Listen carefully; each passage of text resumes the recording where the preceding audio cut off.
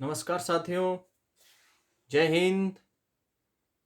आज हम पुनः हाजिर हैं एक नई वीडियो के साथ। वीडियो शुरू करने से पहले आप स्क्रीन पर देख रहे हैं एक मोटिवेशनल कथन, उसको पढ़ते हैं। सपने उन्हीं के सच होते हैं जिनके सपनों में जान होती है। सपने उन्हीं के सच होते हैं जिनके सपनों में जान होती है। पंखों से कुछ नहीं होता है, हौसलों से उड़ान होती है, हौसलों से उड़ान होती है। देखो, इस कथन के संबंध में मैं आपको एक छोटा सा उदाहरण देता हूं कि पंखों से कुछ नहीं होता है, हौसले से उड़ान होती है। मोर और गिद्ध, उनका वजन लगभग बराबर होता है और शरीर भी लगभग बराबर होता है। दोनों के पास पंख होते हैं, दोनों उड़ सकते हैं, लेकिन मोर के और गिद्ध के उड़ने में बहुत अंतर है। और वो अंतर है हौसलों की वजह से, जज्बे की वजह से।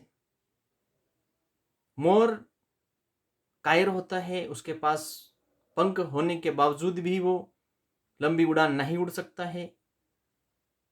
वो कुछ उड़ने के बाद में थक जाता है। लेकिन एक दूसरा पक्षी है उसी के समकक्ष, गिद्ध,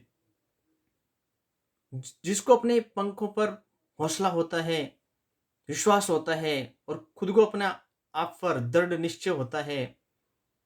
तो इसी वजह से वो बहुत आसमान में ऊंचा उड़ सकता है और लंबी उड़ान भर सकता है।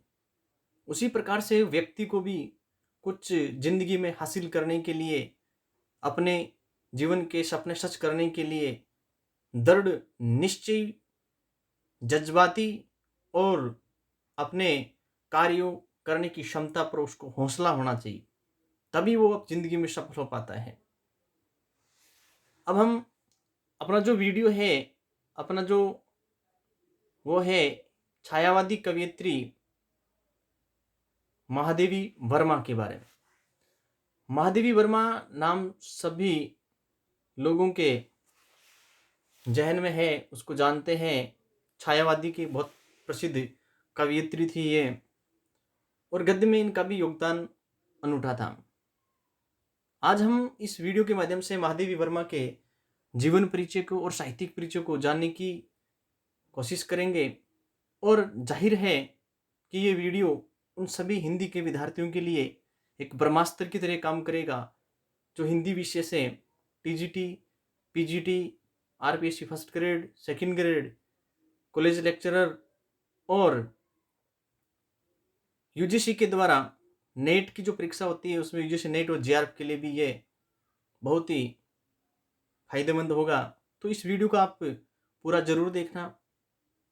इस वीडियो में मैंने हस्तलिखित नोट बनाए हैं, वो नोट हम पढ़ेंगे। मैं आपसे एक वीडियो शुरू करने से पहले रिक्वेस्ट करता हूँ, गुजारिश करता हूँ कि अगर आपने हमारे YouTube चैनल SRB एजुकेशन को अभी तक सब्सक्राइब नहीं किया है तो उसको सब्सक्राइब करें। और अब अगर हमारी पोस्ट आपको पसंद आए तो उसको लाइक करें और अपने दोस्तों के साथ शेयर करें।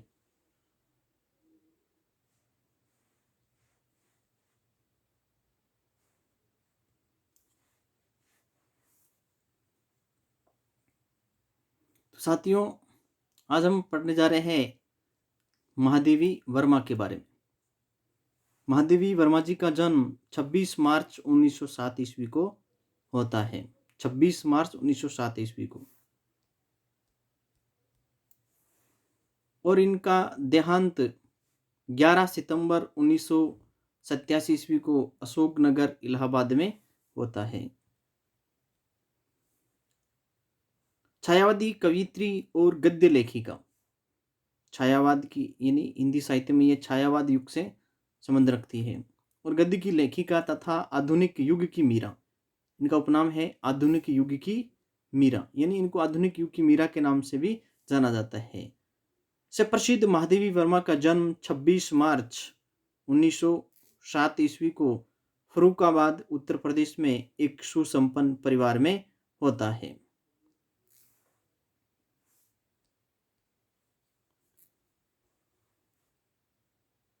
और इनका जन्म 26 मार्च 1907 को होता है, तो उस दिन होली होती है। तो इनका जन्म होली होली के दिन हुआ था। अगला पॉइंट है महादेवी के बाल जीवन पर।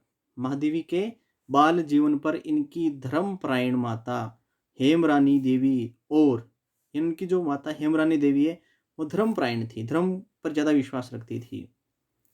नानाजी का बहुत प्रभाव पड़ता है।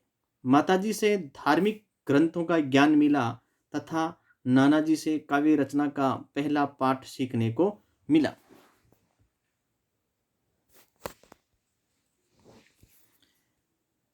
इनकी प्रारंभिक शिक्षा, इनकी महादेवी वर्मा जी की, इनकी प्रारंभिक शिक्षा इंदौर में हुई और उसके बाद प्रयाग विश्वविद्यालय से बीए और एमए किया। चित्रकला और संगीत कला में भी इन्होंने दक्षता प्राप्त की थी। कॉलेज के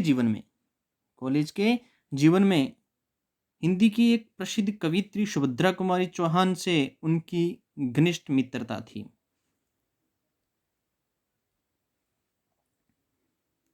प्रयाग महिला विद्यापीठ की प्राचार्य के रूप में शिक्षा जगत को इनकी विशिष्ट सेवाएं मिली। इन्होंने चांद एक पत्रिका थी, उसका संपादन किया और हिंदी लेखकों की सहायतार्थ साहित्यकार संसद नामक संस्था की स्थापना की थी। इन्होंने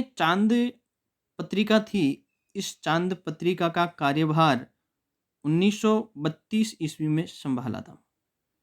1932 ईस्वी में चांद पत्रिका का कार्यभार संभाला था। यह साहित्यकार जो संसद नामक संस्था थी, यह इलाहाबाद नामक स्थान पर स्थापित होती है, 1955 ईस्वी में होती है। और इस संस्था के सहयोगी एक मित्र थे, उसका नाम था पंडित इलाचंद्र जोशी जी। इनका इसमें योगदान रहा था। इनकी कविताओं का मूल स्वर, छायावादी कवित्री महादेवी वर्मा जी की कविताओं का मूल स्वर मानवीय वेदना है, जिसे इन्होंने संगीतात्मकता और भावात्मकता के साथ प्रकट किया है।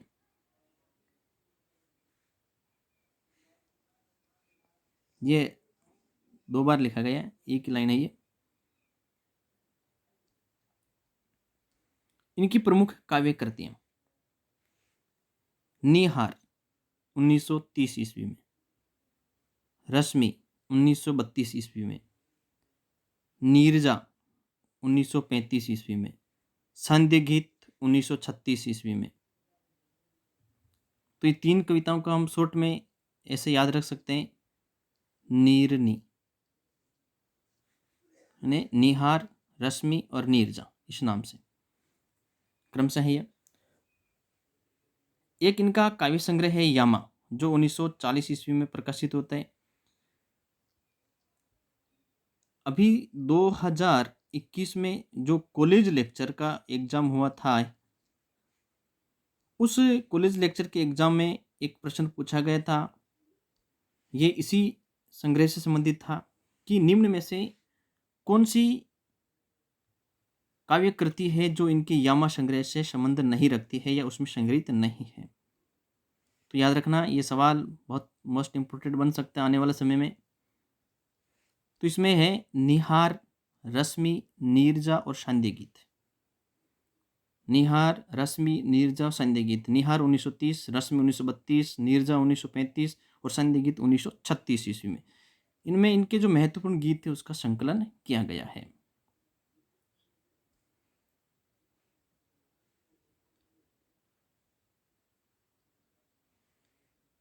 इसमें देखो कुछ तथ्य हैं, पढ़ लेते हैं कि स्मृति की रेखाएं, इनका रेखा चित्र है, 1942 में प्रकाशित हुआ। इनको इस पर द्विवेदी पदक सम्मान प्राप्त हुआ था।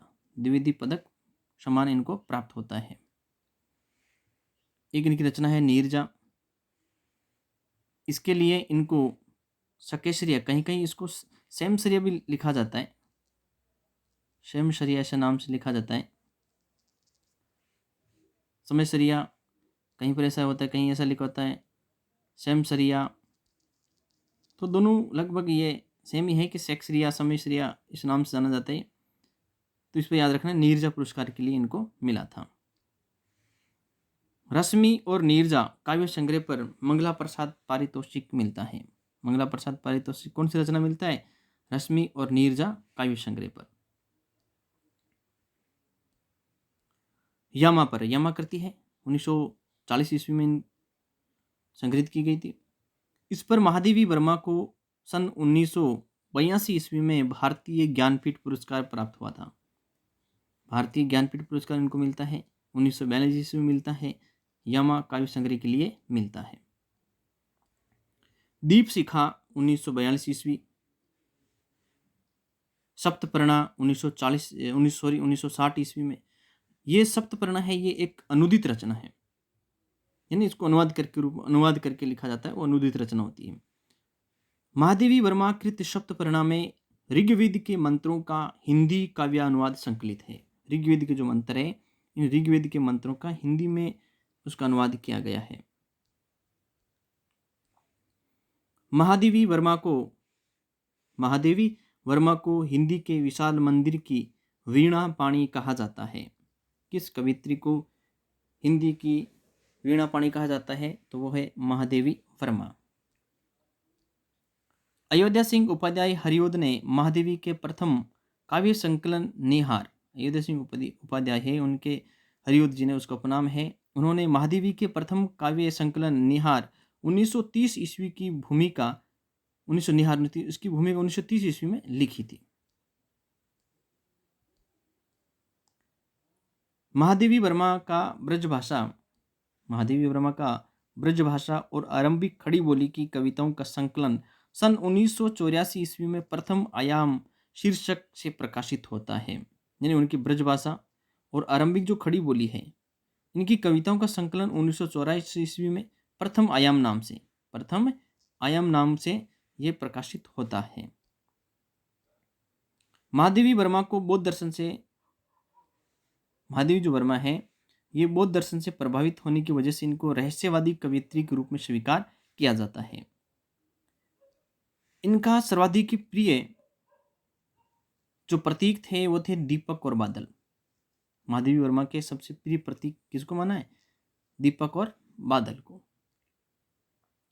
इनका गद्य साहित्य में योगदान।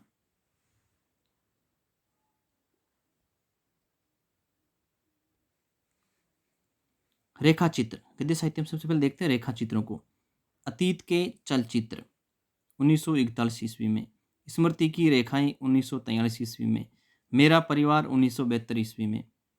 अतीत के चलचित्र 1941 ईस्वी में, स्मृति की रेखाएं 1943 ईस्वी में, मेरा परिवार 1972 ईस्वी में। यानी अतीत की स्मृति मेरे परिवार में, अतीत की स्मृति है वो मेरे परिवार की होती है, तो इसमें ये रेखा चित्र हम याद रख सकते हैं कि अतीत की स्मृति मेरे परिवार में। तो अतीत की स्मृति यानी अतीत के चलचित्र, स्मृति की रेखाएं, मेरा परिवार। अतीत के चलचित्र 1941 ईस्वी में, स्मृति की रेखाएं 1943 ईस्वी में, मेरा परिवार 1972 ईस्वी में। इन रेखा चित्रों में, ये जो रेखा चित्र है, इन रेखा चित्रों में क्या है, किसका संकलन है, तो देखते हैं।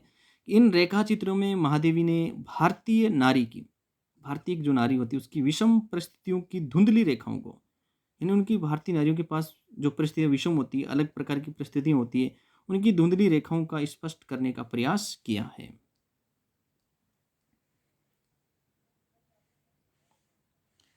महादेव जी के संस्मरण, रेखाचित्र और निबंधों का संग्रह हिमालय नाम से सन 1963 ईस्वी में प्रकाशित है। यानी इनके जो जितने भी रेखाचित्र और जितने भी निबंध हैं, इन सभी संस्मरण, रेखाचित्र और निबंधों का एक जगह संग्रह है, वो है हिमालय नाम से। किस नाम से है? हिमालय नाम से। ये सन 1963 ईस्वी में प्रकाशित होता है। महादेवी वर्मा के चुने हुए जो भाषण हैं, उन भाषणों का संग्रह है संभाषण नाम से, 1974 ईस्वी में ये प्रकाशित होता है। इनके प्रमुख निबंध संग्रह देखिए।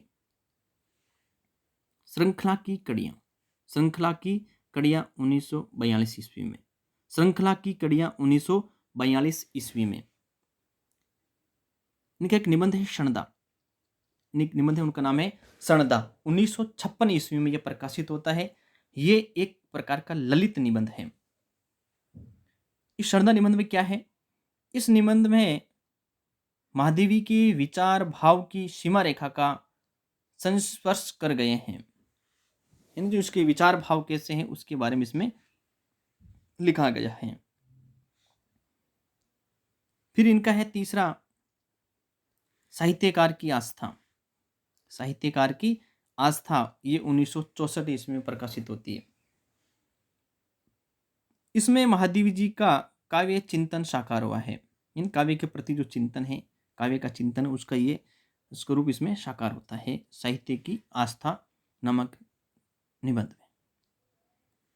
सुप्रसिद्ध एक भारतीय फिल्मकार थे, उसका नाम था मृणाल सेन। इन्होंने सन 1968 ईस्वी में महादेवी के एक संस्मरण, उसका नाम था वह चीनी भाई, वह चीनी भाई, पर एक बांग्ला फिल्म नील आकाशेर नीच, नील आकाशेर नीचे, नील आकाशेर नीचे नाम से, नील आकाशेर नीचे नाम से एक बांग्ला फिल्म का निर्माण किया था। अगला इनका निबंध है संकल्पिता। क्या नाम है? संकल्पिता। संकल्पिता 1968 ईस्वी में, संकल्पिता 1968 ईस्वी में। इसमें महादेवी ने भारतीय वाङ्मय, संस्कृति, राष्ट्रभाषा, राष्ट्रीयता तथा साहित्यकार, साहित्य और समाज के विषय में अपने विचार व्यक्त किए हैं। यानी संकल्पिता नामक जो निबंध है, इसमें ये 1968 में प्रकाशित होता है। इसमें भारतीय जो वाङ्मय है, भारत की संस्कृति है, जो राष्ट्रभाषा है, राष्ट्रीयता तथा साहित्यकार, साहित्य और समाज के विषय में अपने विचार व्यक्त किए हैं। इसके बारे में हमने पहले देखा ही था और देख लेते हैं। संभाषण 1975 ईस्वी में। इसमें महादेवी जी के समय समय पर दिए गए विचार गर्भित किंतु संवेदन संश्लिष्ट वक्तव्य संग्रहित है। फिर है भारतीय संस्कृति के स्वर। भारतीय संस्कृति के स्वर 1984 ईस्वी में। भारतीय संस्कृति के स्वर 1984 ईस्वी में। इसमें आपकी संस्कृति संबंधी मान्यताओं का निर्देशन हुआ है। इनके कुछ बाल साहित्य भी हैं, बाल साहित्य भी लिखे हैं उन्होंने। बाल साहित्य का नाम है ठाकुर जी भोले हैं, आज खरीदेंगे हम ज्वाला। ठाकुर जी भोले हैं, आज खरीदेंगे हम ज्वाला, ये इनका बाल साहित्य है।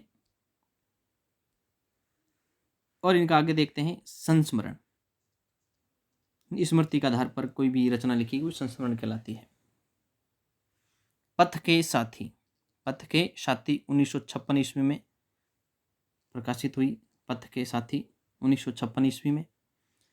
इसमें अपने अग्रजों, अपने जो बड़े लोग हैं उनके और उनके जो सहयोगी हैं उनके संबंध में यथासंभव निर्लिप्त और असंग रहकर कुछ करने का प्रयास किया। ये उनके साथ रह करके, उनसे अलग रह करके उन्होंने जो कुछ भी करने का प्रयास किया है वो इसमें लिखा है। पथ के साथी नामक संस्मरण में 1956 ईस्वी में ये प्रकाशित हुआ था। और इसमें अन्य महत्वपूर्ण तथ्य देखते हैं।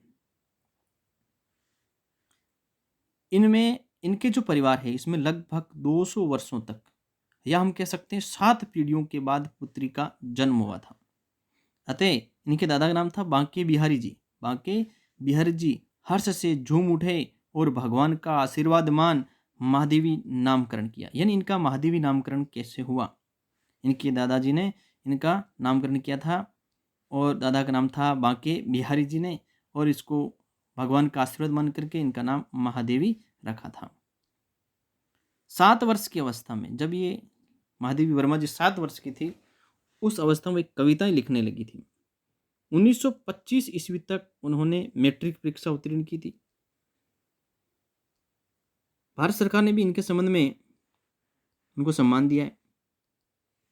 16 सितंबर 1991 ईस्वी को, इनकी मृत्यु के पश्चात 16 सितंबर 1991 ईस्वी को भारत सरकार के डाक तार विभाग ने जयशंकर प्रसाद के साथ महादेवी वर्मा के सम्मान में भी 2 रुपये का डाक टिकट जारी किया था। वो युगल डाक टिकट था भाई। इन दोनों का साथ था, जयशंकर प्रसाद जी का भी था और महादेवी वर्मा जी के था भी था। इन दोनों का युगल एक डाक टिकट था, दोनों का साथ था। तो दोस्तों, ये था हमारा एक छोटा सा अभ्यास। आपको कैसा लगा? इस वीडियो में अगर कोई मानवीय भूल हुई है तो आप उसको कमेंट करके ज़रूर बताएं, गलती है तो। दोस्तों, कैसा लगा ये आपको वीडियो ज़रूर बताना है कमेंट करके, और इस वीडियो को ज़्यादा से ज़्यादा अपने दोस्तों के साथ शेयर करना है। एक बार पुनः नमस्कार, थैंक यू।